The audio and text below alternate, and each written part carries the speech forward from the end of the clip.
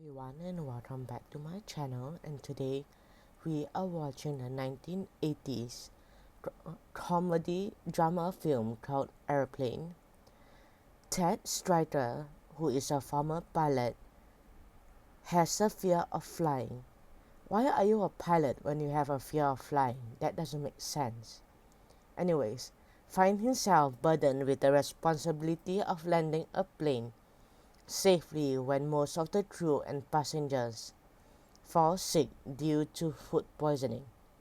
But I still don't get why you are a pilot when you have a fear of flying.